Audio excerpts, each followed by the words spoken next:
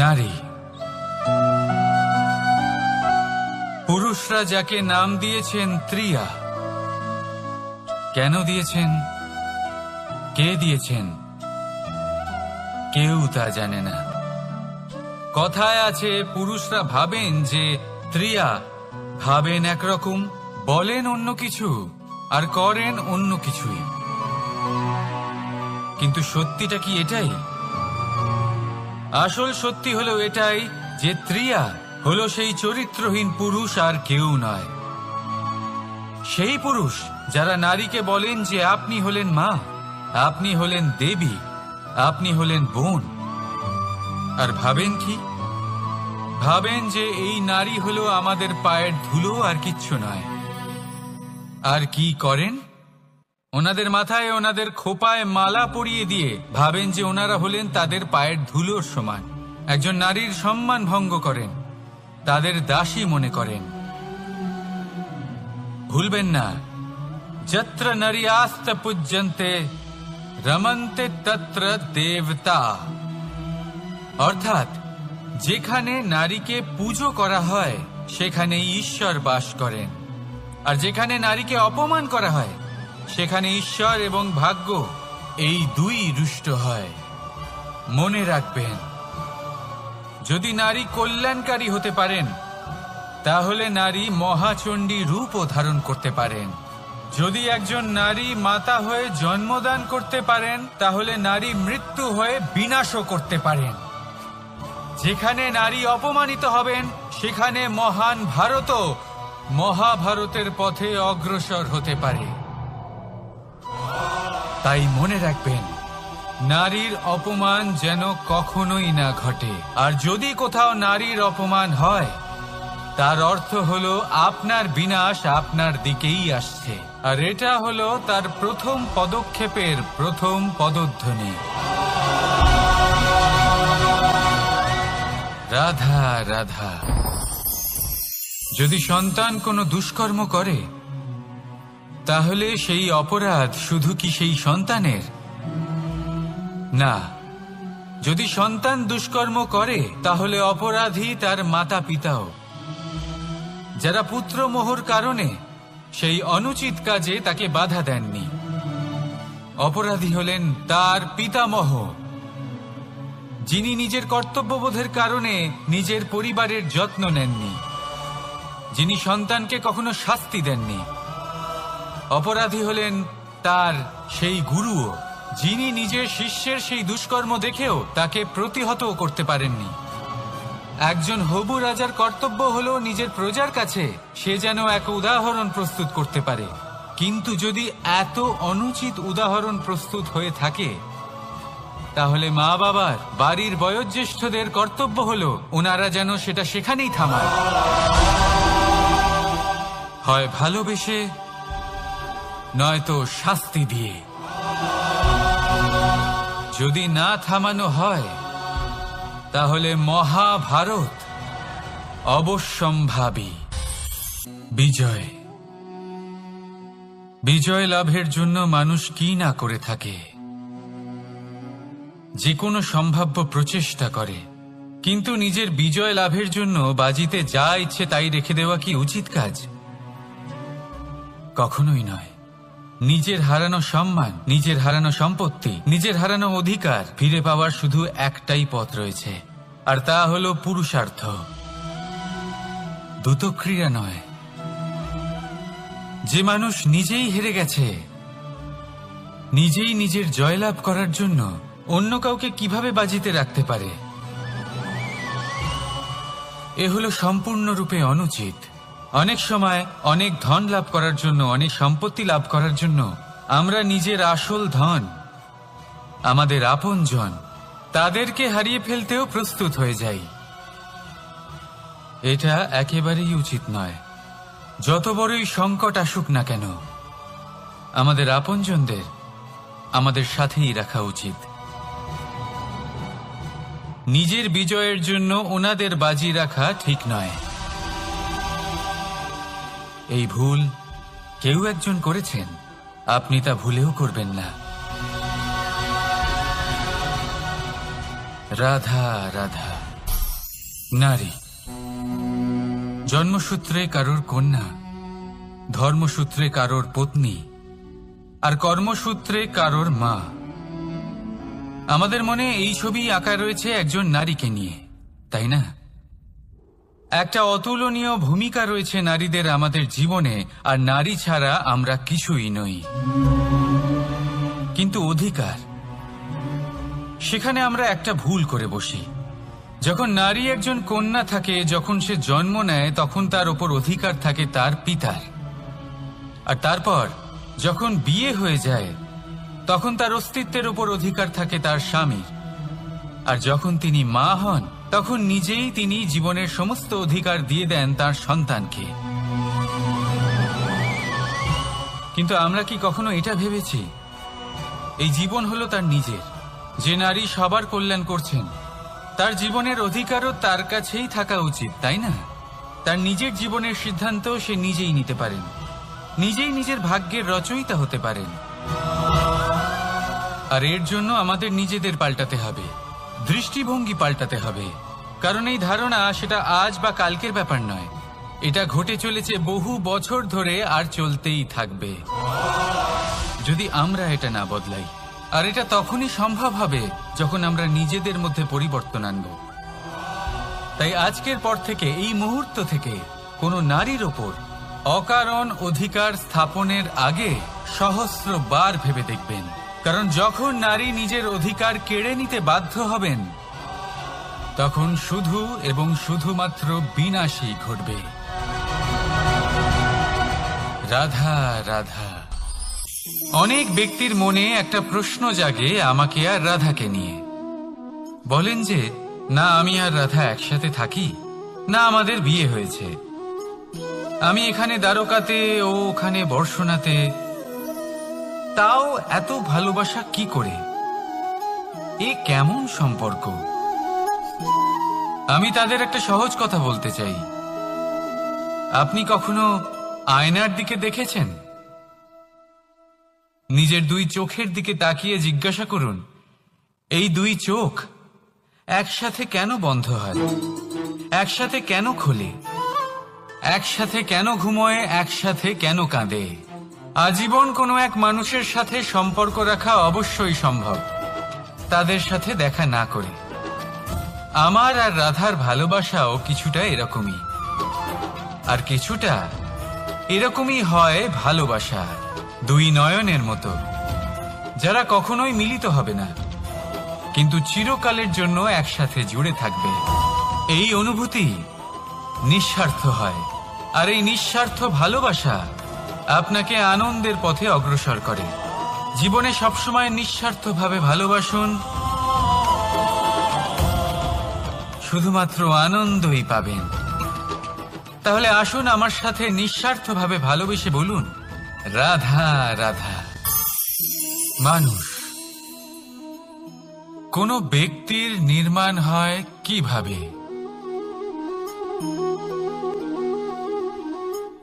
কেউ বলবেন পঞ্চতত্ত্বের দ্বারা, কেউ বলবেন আত্মা, দেহ ও চেতনার দ্বারা, কেউ বলবেন ঈশ্বরের কৃপার দ্বারা, তো কেউ বলবেন এই প্রকৃতির পরীক্ষার দ্বারা। না, মানুষের নির্মাণ হয়ে থাকে বিশ্বাস দ্বারা। ব্যক্তি তখনই গড়ে ওঠেন যখন ব্যক্তিত্ব থাকে, ঠিক কিনা? আর ব্যক্তিত্ব তখনই হবে, আর সেরকমই হবে যেরকম বিশ্বাস আপনি নিজের উপরে রাখবেন। যদি আপনি মনে করেন আপনি বিষের ন্যায় হবেন, তাহলে আপনি বিষাক্তই হবেন। যদি আপনি এটা মনে করেন যে আপনি অমৃতের ন্যায় হবেন, তাহলে আপনি অমরই হয়ে যাবেন। যদি আপনি নিজের উপরে বিশ্বাস রাখেন যে আপনি সংসারের সব থেকে উঁচু পর্বতের শিখরে পৌঁছতে পারবেন, তাহলে আপনি অবশ্যই পৌঁছবেন। যদি আপনার এরকম মনে হয় যে আপনি এরকম কখনো করতে পারবেন না, তাহলে এরকম কখনোই হবে না। ভেবে দেখবেন, বিশ্বাসের মধ্যেই বিশ্ব বাস করে থাকে। তো আপনার অস্তিত্ব কেন করবে না? যেমন বিশ্বাস আপনি নিজের উপরে রাখবেন, তেমনই আপনি হয়ে উঠবেন। সেই জন্য নিজের উপরে বিশ্বাস রাখুন। আর হ্যাঁ, ভালোবেসে বলুন, রাধা রাধা। শত্রুতা। একজন মানুষ অন্য মানুষের সাথে শত্রুতা করে বসেন। দুজন ঘনিষ্ঠ বন্ধু, এমনও এক সময় আসতে পারে যখন এনারা একে অপরের শত্রু হয়ে ওঠেন। এর অনেকগুলো কারণ হতে পারে, কিন্তু মূল কারণ হলো আলোচনা। আগে হ্যাঁ, আপনি যদি কারোর বিষয়ে আলোচনা করেন তাহলে সে আপনার শত্রু হয়ে যেতে পারে। এবার মনে একটা প্রশ্ন আসতে পারে যে এটা কিভাবে সম্ভব হতে পারে? আলোচনা, এটা তো অত্যন্ত জরুরি। যদি আমি নিজের বন্ধুর খারাপ কাজের বিষয়ে আলোচনাই না করি তাহলে সে শুধরবে কি করে? এ কথা সত্যি যে আলোচনা আবশ্যক, কিন্তু তার থেকেও বেশি গুরুত্বপূর্ণ এবং আবশ্যক হলো আপনার এই সিদ্ধান্ত এটাই যে আপনার এই আলোচনা কোন স্থানে করবেন। যদি এটা সবার সামনে করবেন ভাবেন, তাহলে তা অপমানও হয়ে যেতে পারে। যদি এটা আলাদাভাবে করেন তাহলে তা পরামর্শ হয়ে যায়। অপমান কেউ স্বীকার করতে পারেন না, কিন্তু পরামর্শ সকলের ভালো লাগে। তাহলে যদি আপন কারোর জন্য ভালো কিছু চান, কাউকে শুধরে দিতে চান, আর আপনার মনে হয় আলোচনা আবশ্যক, তাহলে সর্বপ্রথম সময়, পরিস্থিতি আর স্থানের কথা মনে রাখবেন। নয়তো এই আলোচনা আপনাকে খুব ভোগাতে পারে। তাহলে আসুন আমার সাথে ভালোবেসে বলুন, রাধা রাধা।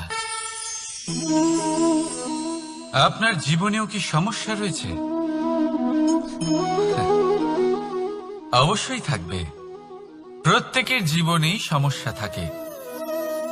প্রত্যেক মানুষ জিজ্ঞাসাও করেন যে এই সমস্যা আসলে কি আর কেন আসে জীবনে। আপনাকে একটা কথা বলে দিই যে সমস্যা আসলে সেটা নয় যা আপনার পথে বাধা সৃষ্টি করে, বরং সমস্যা হলো সেটাই যেটা আপনি তখন দেখতে পান যখন আপনার একাগ্রতা আপনার পথ থেকে, আপনার লক্ষ্য থেকে সরে যেতে থাকে। আর এই সমস্যাগুলি দূর করার জন্য, এর সমাধান করার জন্য একটাই পথ আছে, নিজের সমস্ত ভাবনা আরো একবার একাগ্র করুন নিজের পথের দিকে, নিজের লক্ষ্যের দিকে। আপনার সমস্ত ভাবনা যদি কেন্দ্রীভূত হয় নিজের লক্ষ্যে, তাহলে এই সমস্যা দূরে থাকবে।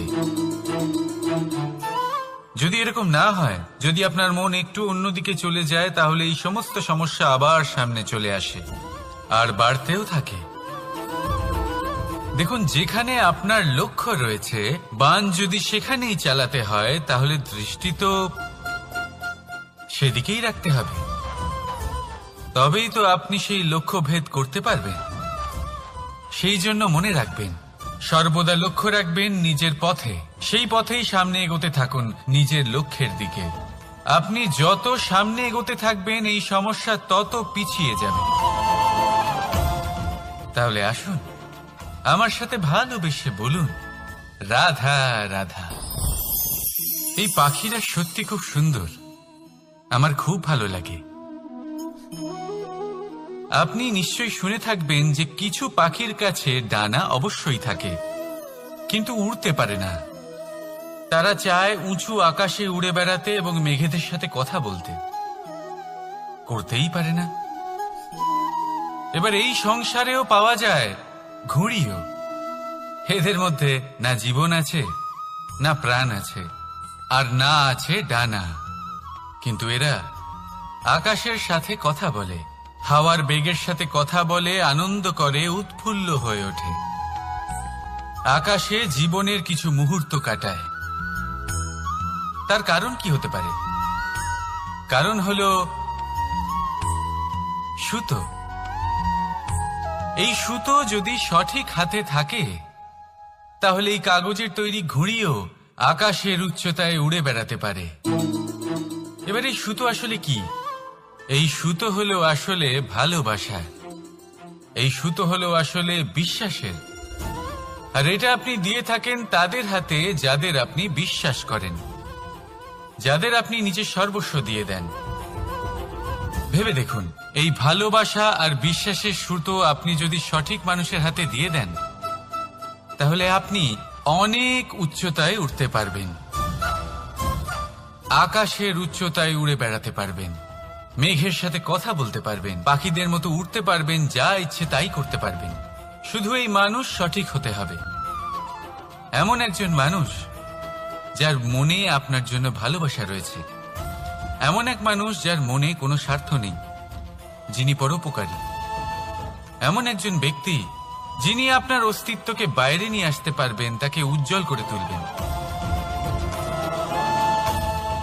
তাহলে ভালোবাসুন, আনন্দ করতে থাকুন, আর এই আনন্দ সহকারে বলুন, রাধা রাধা। আমরা সকলে এমন ব্যক্তির সাথে থাকতে চাই যারা খুব মিষ্টি কথা বলেন, যাদের ব্যবহার আমাদের ভালো লাগে, যারা দেখতে সুন্দর হন, যাদের আমরা পছন্দ করি। আর সবসময় এমন ব্যক্তির থেকে দূরে থাকতে চেষ্টা করি যাদেরকে আমরা পছন্দ করি না, যাদের কথা আমাদের খারাপ লাগে, যাদের কথা একটু কঠোর হয়। আমরা সবসময় চেষ্টা করি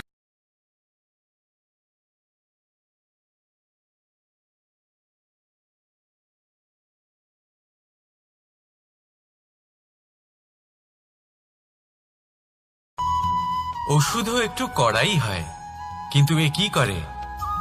আমাদের সুস্থ করে তোলে।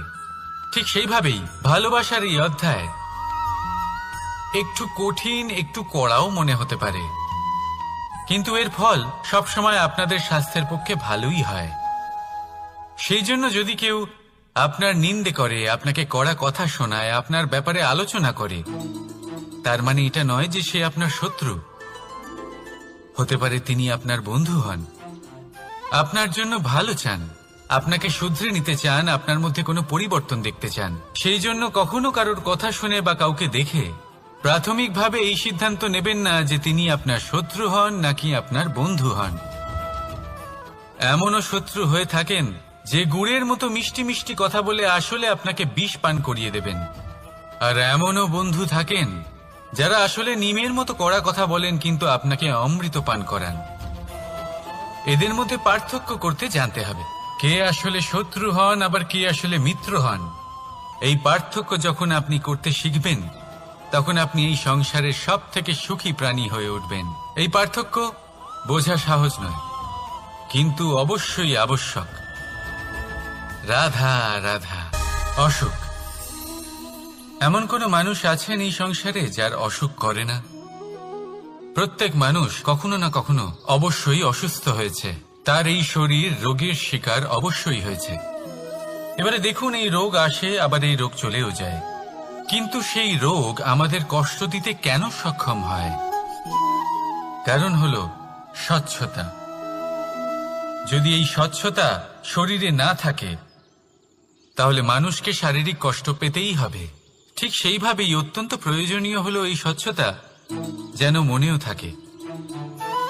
যদি এই স্বচ্ছতা মনে না থাকে, তাহলে মানুষ চারিত্রিকভাবে কষ্ট সহ্য করেন। এবারে নিবারণ কি হতে পারে? বড়ই সহজ এর উপশম। যদি রোগ শরীরে হয়, তাহলে সর্বপ্রথম স্বচ্ছতা বজায় রাখতে শিখুন, এই শরীরকে পরিষ্কার রাখতে শিখুন। বিচক্ষণতার সাথে এই রোগের সম্মুখীন হন, ভয় পাওয়ার কোনো দরকার নেই। ব্যায়াম করতে থাকুন, সব ঠিক হয়ে যাবে। সেইভাবেই যদি এই অসুখ মনে হয়, তাহলে কি করা যায়? সর্বপ্রথম তার আধারের উপরে নজর দিন। আপনার এই আধারই হলো আপনার আহার। যা আপনি আহার করবেন সেরকমই মানুষ হয়ে উঠবেন। সেইভাবেই আপনি যেরকম ভাবেন সেরকমই মানুষ হয়ে উঠবেন। সেই জন্য নিজের ভাবনাকে শুভ করুন, নিজের দৃষ্টিভঙ্গিকে শুভ করে তুলুন, সবকিছু সঠিক হবে। আপনার আমার সবার মধ্যেই এক রাক্ষস বাস করে, তার সম্মুখীন হন, তাকে পরাস্ত করুন। তাহলে এই রোগ সে শরীরেই হোক বা মনের মধ্যে, যদি সঠিক সময় তাকে আটকানো না যায়, তাহলে যে কোনো সময় তা মহামারীর রূপ ধারণ করবে। সেই জন্য সাবধানে থাকুন, সুস্থ থাকুন। তাহলে আসুন আমার সাথে ভালোবেসে বলুন রাধা রাধা। বাজ পাখিকে পক্ষীরাজ বলা হয়। বাজের আয়ু হলো মোটামুটি 70 বছর। এবার 40 বছর হতে হতেই ওদের পালক লম্বা এবং ভঙ্গুর হয়ে যেতে থাকে, ঠোঁট বেঁকে যায়, ডানা ভারী হয়ে যায়, অর্থাৎ আগের মতো উড়তে পারে না, সেই শক্তি থাকে না। এবার সেই বাজ কি করবে? বাজ সব থেকে কঠিন নির্বাচন করে, নির্বাচন নিজের পুনর্স্থাপনার। সর্বপ্রথম একটা বিশাল পর্বতে যায়, একান্তে নিজের এক বাসস্থান তৈরি করে, আর তারপরে পাথরের সাথে নিজের ঠোঁট বারবার আঘাত করতে করতে সেই ঠোঁট ভেঙে ফেলে। তারপরে সে অপেক্ষা করে সেই ঠোঁট পুনর্নির্মাণ হওয়ার। তারপর সেটাই করে নিজের পালকের সাথে। তারপরে নিজের ডানা থেকে এক এক করে ভারী পালকগুলো ছিঁড়ে ফেলে দেয়। আর তারপর 150 দিনের এই যন্ত্রণা সহ্য করার পরে ও ফিরে পায় নিজের ওড়বার অনন্য ক্ষমতা, সেই শক্তি। আর তারপরে ও জীবনের পরবর্তী 30 বছর বাঁচে। কি বুঝলেন আপনি? যদি ইচ্ছে শক্তি থাকে তাহলে একজন দুর্বলও শক্তিশালী হতে পারে। আপনিও এটাই করুন, নিজের অতীতের যন্ত্রণার বোঝাগুলিকে ত্যাগ করুন আর কল্পনার খোলা আকাশে উন্মুক্ত হয়ে উড়ে বেড়ান। নিজের পুনর্স্থাপনা করুন, তবেই সর্বশ্রেষ্ঠ হতে পারবেন। আর মনে রাখবেন, এই ছোট ছোট পদক্ষেপই বড় বড় শিখরে পৌঁছে দিতে পারে। তাহলে আসুন আর আমার সাথে ভালোবেসে বলুন রাধা রাধা। আপনি কি কখনো জলকে নিজের মুঠোতে ধরে রাখার চেষ্টা করেছেন? চলুন আজ করা যাক।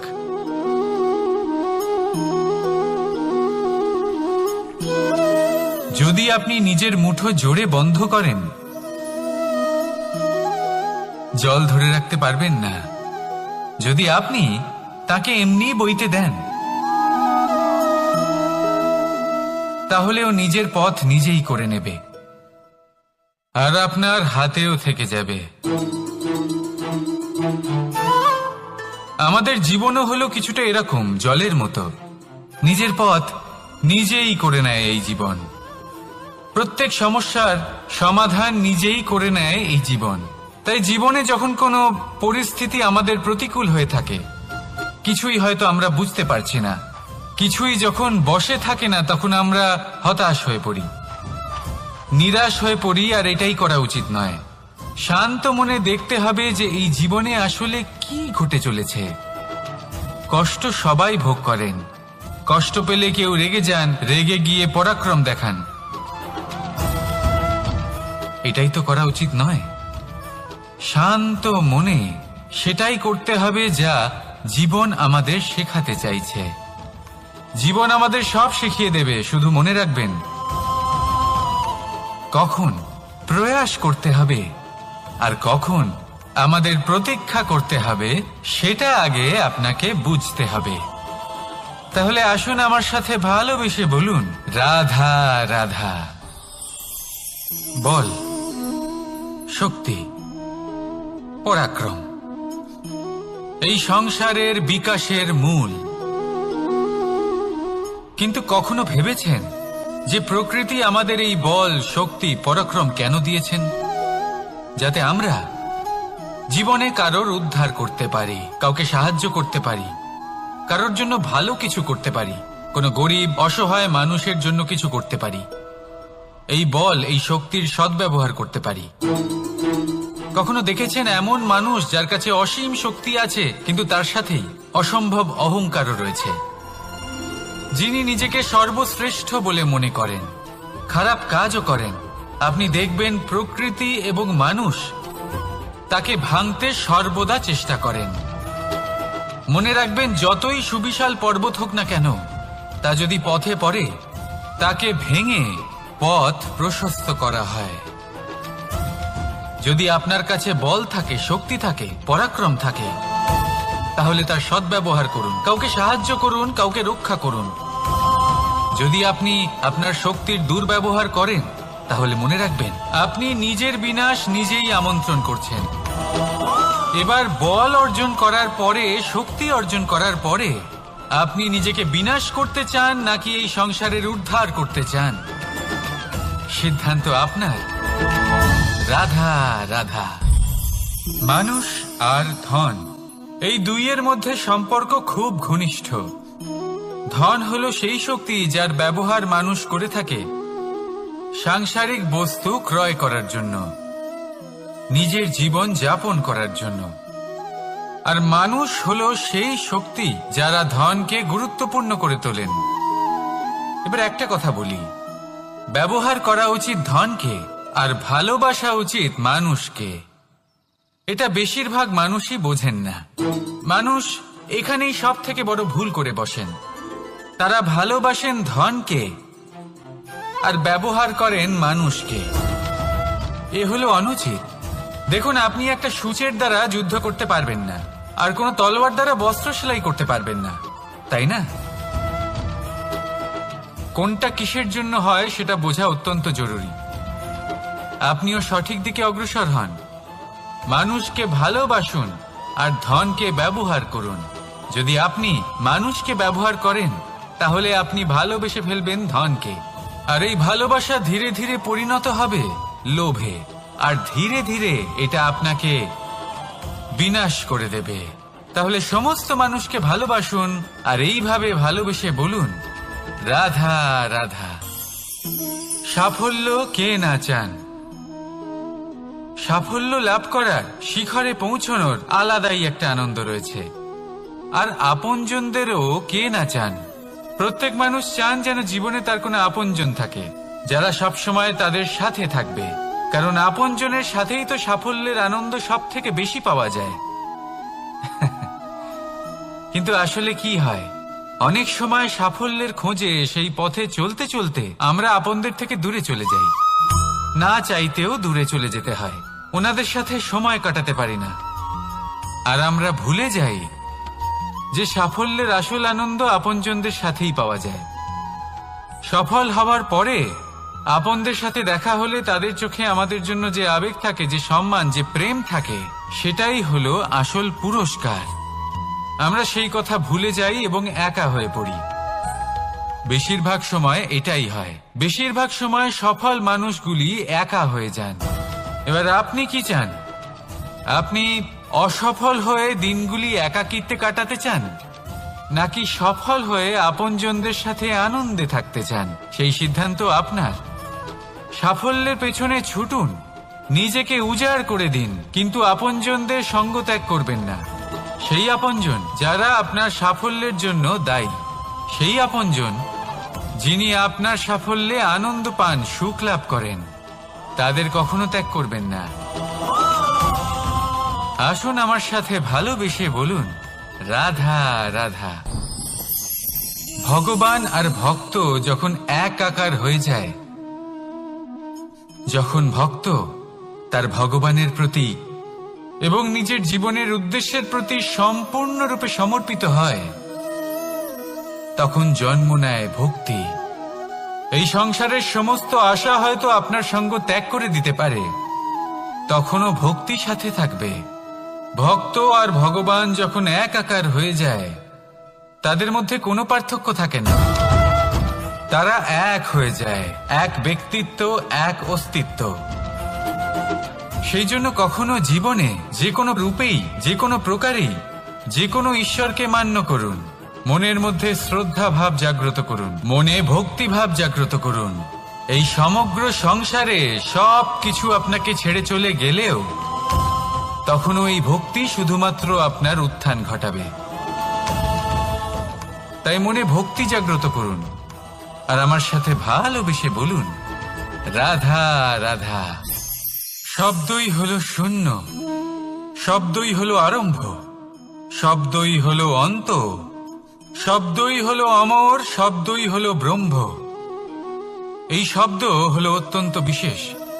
কেউ কাঁদলে তাকে হাসিয়ে তোলে, কেউ হাসলে তাকে কাঁদিয়ে দেয়। কারোর মনে উদ্দীপনা জাগিয়ে তুলতে পারে, আবার কারোর মনে কাঁটা হয়ে বিঁধে থাকতে পারে। একটা অত্যন্ত গুরুত্বপূর্ণ কথা যা বোঝা অত্যন্ত আবশ্যক। আপনার মন, আপনার হৃদয় যতই শুদ্ধ হোক না কেন, যতই পবিত্র হোক না কেন, আপনার দৃষ্টিভঙ্গি যতই স্পষ্ট হোক না কেন, যদি আপনার কথা পবিত্র না হয়, যদি আপনার শব্দ শুদ্ধ না হয়, তাহলে তা আপনাকে আপনার কর্মফল ভোগ করতে বাধ্য করবেই। একটা সহজ উদাহরণ দিই। আপনার জীবনে এমন কেউ অবশ্যই থাকবেন যাকে আপনি পছন্দ করেন না, যিনি হয়তো অধর্মী মানুষ, যিনি হয়তো দুর্বুদ্ধি সম্পন্ন মানুষ, কিন্তু তার জন্য অপশব্দ প্রয়োগ করলে তার মধ্যে কোনো পরিবর্তন আসবে না, তার মানসিকতা বদলাবে না, শুধু মনে প্রতিশোধ স্পৃহা জেগে উঠবে, মনে হিংসা জাগবে, আর কিচ্ছু নয়। সেই জন্য নিজের শব্দকে নিয়ন্ত্রণ করুন, নিজের কথা সংযত করুন। শ্রেষ্ঠ থেকে শ্রেষ্ঠতর মানুষকেও সাবধানী হতে হয়, কারণ যদি এই শব্দের প্রয়োগ সঠিক না হয়, তাহলে আজীবন মানুষকে নির্বাক হয়ে থাকতে হতে পারে। তাহলে নিজের শব্দ নিয়ন্ত্রিত রাখুন, নিজের কথাকে শুভ করুন, এতে প্রেমবোধ জাগিয়ে তুলুন, আর সেই প্রেমবোধ নিয়েই বলুন রাধা রাধা। বরদান এবং অভিশাপ, এই দুই হলো একই মুদ্রার দুটি পিঠ। এই বরদান আমরা অনেক কারণে পেতে পারি, কখনো নিজের পরিশ্রমের কারণে, কখনো নিজের তপস্যার কারণে, কখনো আমাদের পূর্বপুরুষদের কর্ম ও তপস্যার কারণে। কিন্তু এই বরদান কতক্ষণ বরদান থাকবে তা আমরা নিশ্চিত করতে পারি না, তা সুনিশ্চিত করে শুধুমাত্র আমাদের কর্ম। যদি আপনাকে উদাহরণ দিই, আপনি রেশমের কীট দেখেছেন? ও বরদান পেয়েছে যে ও নিজের সুরক্ষার জন্য খোলস বানাতে পারে। এবারও তাতে এত মত্ত হয়ে যায় যে এমন এক আবরণ বানিয়ে ফেলে যাতে সে নিজেই আবদ্ধ হয়ে চাপা পড়ে মরে যায়। এটার তাৎপর্য কি? তাৎপর্য খুবই সরল। গর্ব করা খুবই ভালো, কিন্তু অহংকার করা কখনোই উচিত নয়।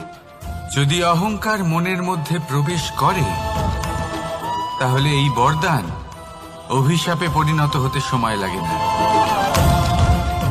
আর যদি কর্মশ্রেষ্ঠ হয়, তাহলে অভিশাপ ও বরদানে পরিণত হয়।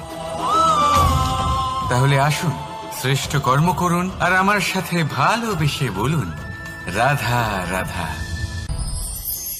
সুখ, দুঃখ, মৃত্যু, মহামারী, এগুলো কখনো বলে আসে না, আবার জিজ্ঞাসা করেও আসে না। এমনই হয় দ্রুত ক্রীড়ার এই খেলায়। এক কারাগারের মতো, একটা মাকড়সার জালের মতো। যেমন একটা মাকড়সার জাল একটা পোকাকে নিজের দিকে আসতে আকর্ষিত করে, নিজের চমকের দ্বারা, নিজের গঠন দ্বারা, সেরকমই দ্রুত ক্রীড়ার এই খেলা মানুষকে নিজের দিকে আসতে প্ররোচিত করে। শেষে গিয়ে মানুষ আটকা পড়ে। পার্থক্য শুধু এটাই, যখন এক পোকা এই জালে জড়িয়ে পড়ে তখন সে তার প্রাণ হারায়।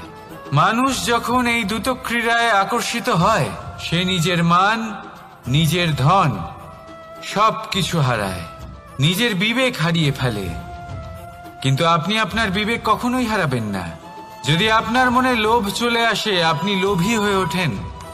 যদি আপনি দ্রুত ক্রীড়ার এই খেলায় আটকা পড়েন, তাহলে মনে রাখবেন, এই খেলা থেকে ফিরে আসা প্রায় অসম্ভবই বলা যায়। নিজের বিবেক কখনো হারাতে দেবেন না, কারণ বিনাশ আসার প্রথম লক্ষণ হলো বিবেকের বোধ চলে যাওয়া। এই প্ররোচনায় কখনো পা দেবেন না। আর আমার সাথে ভালোবেসে বলুন রাধা রাধা। বিজয়, বিজয় লাভের জন্য মানুষ কি না করে থাকে, যে কোনো সম্ভাব্য প্রচেষ্টা করে। কিন্তু নিজের বিজয় লাভের জন্য বাজিতে যা ইচ্ছে তাই রেখে দেওয়া কি উচিত কাজ? কখনোই নয়। নিজের হারানো সম্মান, নিজের হারানো সম্পত্তি, নিজের হারানো অধিকার ফিরে পাওয়ার শুধু একটাই পথ রয়েছে, আর তা হলো পুরুষার্থ, দ্রুত ক্রীড়া নয়। যে মানুষ নিজেই হেরে গেছে, নিজেই নিজের জয়লাভ করার জন্য অন্য কাউকে কিভাবে বাজিতে রাখতে পারে? এ হলো সম্পূর্ণরূপে অনুচিত। অনেক সময় অনেক ধন লাভ করার জন্য, অনেক সম্পত্তি লাভ করার জন্য আমরা নিজের আসল ধন, আমাদের আপনজন, তাদেরকে হারিয়ে ফেলতেও প্রস্তুত হয়ে যাই। এটা একেবারেই উচিত নয়। যত বড়ই সংকট আসুক না কেন, আমাদের আপনজনদের আমাদের সাথেই রাখা উচিত। নিজের বিজয়ের জন্য ওনাদের বাজি রাখা ঠিক নয়। এই ভুল কেউ একজন করেছেন, আপনি তা ভুলেও করবেন না। রাধা রাধা। নারী জন্মসূত্রে কারোর কন্যা, ধর্মসূত্রে কারোর পত্নী, আর কর্মসূত্রে কারোর মা। আমাদের মনে এই ছবি আঁকা রয়েছে একজন নারীকে নিয়ে, তাই না? একটা অতুলনীয় ভূমিকা রয়েছে নারীদের আমাদের জীবনে, আর নারী ছাড়া আমরা কিছুই নই। কিন্তু অধিকার, সেখানে আমরা একটা ভুল করে বসি। যখন নারী একজন কন্যা থাকে, যখন সে জন্ম নেয়, তখন তার ওপর অধিকার থাকে তার পিতার। আর তারপর যখন বিয়ে হয়ে যায়, তখন তার অস্তিত্বের উপর অধিকার থাকে তার স্বামীর।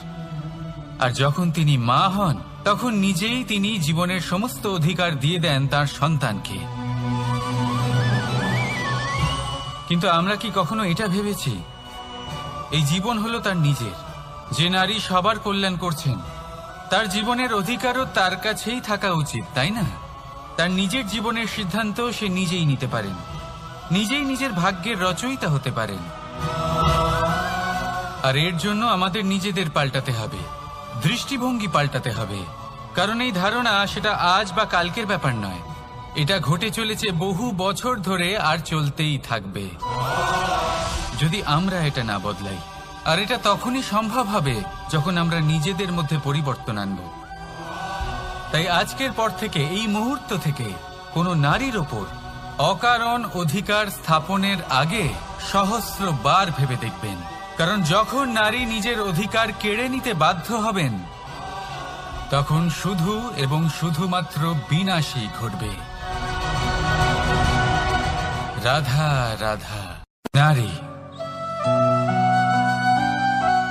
পুরুষরা যাকে নাম দিয়েছেন ত্রিয়া, কেন দিয়েছেন, কে দিয়েছেন, কেউ তা জানে না। কথায় আছে, পুরুষরা ভাবেন যে ত্রিয়া, ভাবেন একরকম, বলেন অন্য কিছু, আর করেন অন্য কিছুই। কিন্তু সত্যিটা কি এটাই? আসল সত্যি হলো এটাই যে ত্রিয়া হলো সেই চরিত্রহীন পুরুষ, আর কেউ নয়। সেই পুরুষ যারা নারীকে বলেন যে আপনি হলেন মা, আপনি হলেন দেবী, আপনি হলেন বোন। আর ভাবেন কি?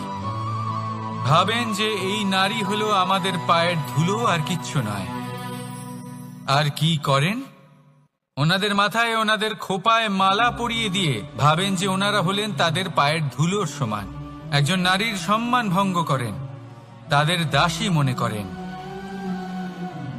ভুলবেন না, যত্র নারী আস্ত পূজ্যন্তে রমন্তে তত্র দেবতা। অর্থাৎ যেখানে নারীকে পুজো করা হয়, সেখানে ঈশ্বর বাস করেন। আর যেখানে নারীকে অপমান করা হয়, সেখানে ঈশ্বর এবং ভাগ্য এই দুই রুষ্ট হয়। মনে রাখবেন, যদি নারী কল্যাণকারী হতে পারেন, তাহলে নারী মহাচণ্ডী রূপও ধারণ করতে পারেন। যদি একজন নারী মাতা হয়ে জন্মদান করতে পারেন, তাহলে নারী মৃত্যু হয়ে বিনাশও করতে পারেন। যেখানে নারী অপমানিত হবেন, সেখানে মহান ভারতও মহাভারতের পথে অগ্রসর হতে পারে। তাই মনে রাখবেন, নারীর অপমান যেন কখনোই না ঘটে। আর যদি কোথাও নারীর অপমান হয়, তার অর্থ হলো আপনার বিনাশ আপনার দিকেই আসছে। আর এটা হলো তার প্রথম পদক্ষেপের প্রথম পদধ্বনি।